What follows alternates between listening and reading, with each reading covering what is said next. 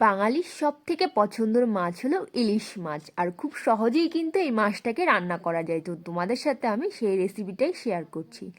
এখানে মাছটার আঁশটা ছাড়িয়ে নেওয়া হচ্ছে, তারপরে কিন্তু মাছটাকে পিস করে নেওয়া হবে। এখানে এক সাইজের সব পিস করে নিয়েছি, ও তার মাঝখানে আমি এখন মশলাটা করে নেবো। জিরে, 2 রকমের শস্য, কাঁচা লঙ্কা পেস্ট করে নেব। এদিকে মাছটা ধুয়ে নুন হলুদ মাখিয়ে নেওয়া হয়েছে, তার উপর থেকে কিন্তু মশলা দিয়ে দেওয়া হচ্ছে।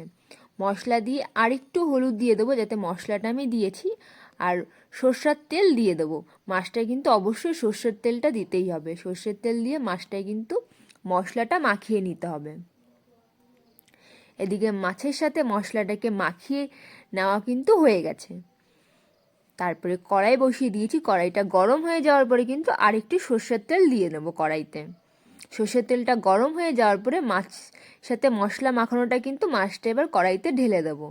এবার ওই মশলার গাবলাটাই কিছুটা জল নিয়ে আমি মাছের মধ্যে কিন্তু দিয়ে দিচ্ছি।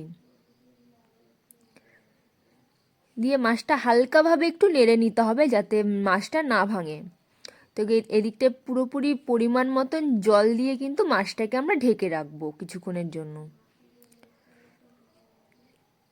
এবার তারপরে কিছুক্ষণ পরে ঢাকনাটা তুলে কিন্তু 4টে কাঁচা লঙ্কা চিড়ে দিয়ে দেবো। আর এইভাবেই কিন্তু খুব সহজেই মাছটা রান্না করা হয়ে যায়। তো দেখতেই পাচ্ছ আমার মাছটা কিন্তু হয়ে গেছে। কেমন লাগলো কমেন্ট করো।